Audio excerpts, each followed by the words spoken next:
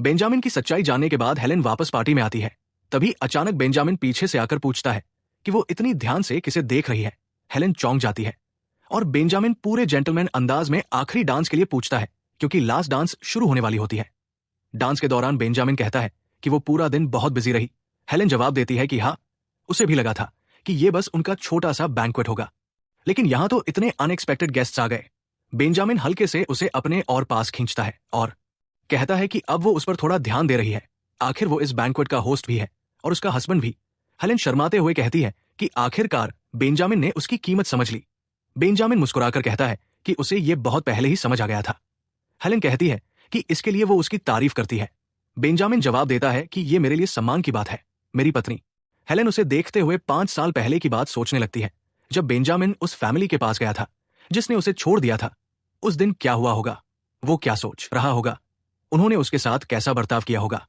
लेकिन हैरानी की बात यह है कि सब जानने के बाद भी उसे बेंजामिन से डर नहीं लगता, बल्कि एक अजीब सा सुकून मिलता है। अगर वो 5 साल पहले की बात हल्के में पूछ भी लेती तो शायद खुद को कभी माफ नहीं कर पाती। हेलेन उसे टकटकी लगाए देखती रहती है। बेंजामिन पूछता है कि वो इतना क्या सोच रही है।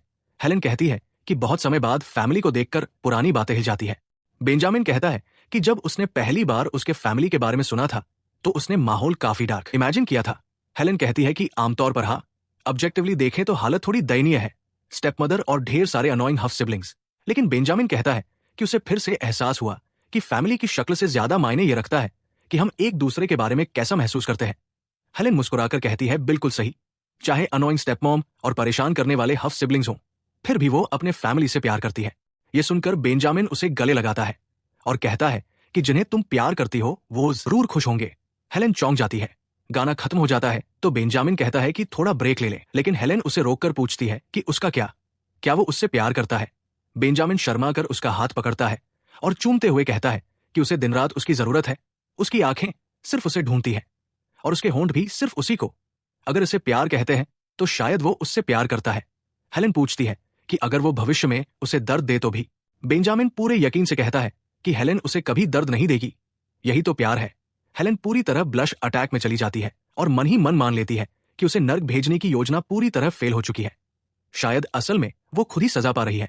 बैंक्वेट के बीच हेलेन बेंजामिन को किस करती है और सोचती है कि उससे पहले मैं तुम्हें हर हाल में प्रोटेक्ट करूंगी और जब सब खत्म होगा तब सच बताकर माफी मांगूंगी। अगर उस दिन तुमने मुझे माफ कर दिया तो मैं सच कहूंगी कि मैं भी बेंजामिन से प्यार करती हूं। लेकिन तब तक हेलेन अपना हाथ पीछे खींच लेती है और कहती है कि वो उससे कभी प्यार नहीं करेगी।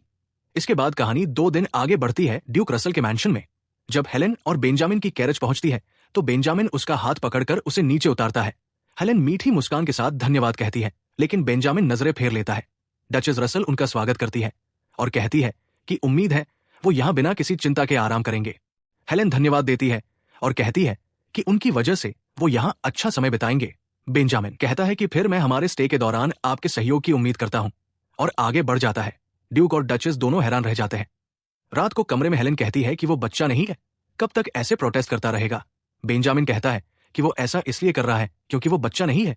हेलेन कहती है कि बस करो, ड्यूक और डचेस को अजीब लगेगा। बेंजामिन जवाब देता है कि उसे उस पत्नी की बात क्यों सुननी चाहिए जो उससे प्यार भी नहीं करती।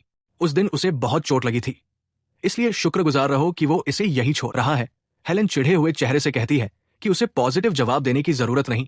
बेंजामिन कहता है कि हाथ सीने पर रखकर ईमानदारी से सोचो। हेलेन पूछती है कि क्या सोचे। बेंजामिन कहता है कि वो अब किसी ऐसे इंसान से बात नहीं करना चाहता जो सिंसियर नहीं है।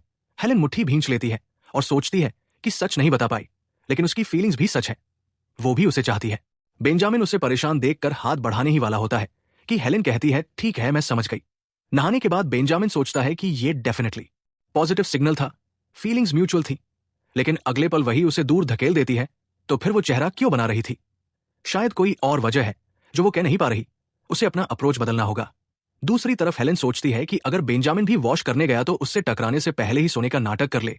वो लेट जाती है और प्रेटेंड करती है कि सो रही है।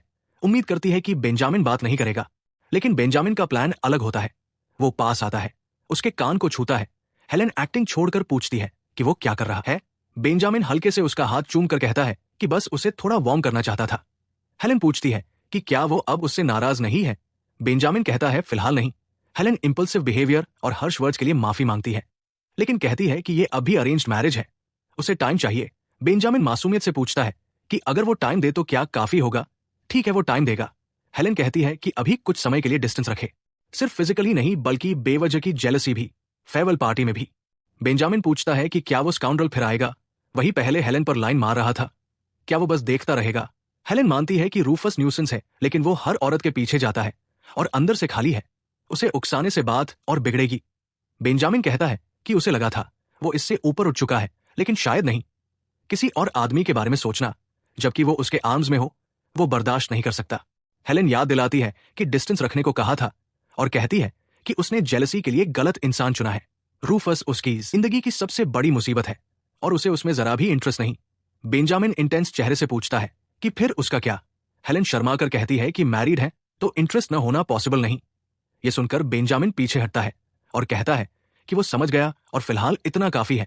हेलेन पूछती है कि वो नाराज तो नहीं? बेंजामिन कहता है नहीं। हेलेन उसका नाम धीरे धीरे पुकारते हुए उसकी पीठ छूती है और उसका चेहरा अपनी तरफ घुमाती है। तभी देखती है कि बेंजामिन का कान लाल हो चुका है। वो असल में एम्बैरसमेंट से मर रहा होता है। हेलेन फिर उसके कान को छूती है।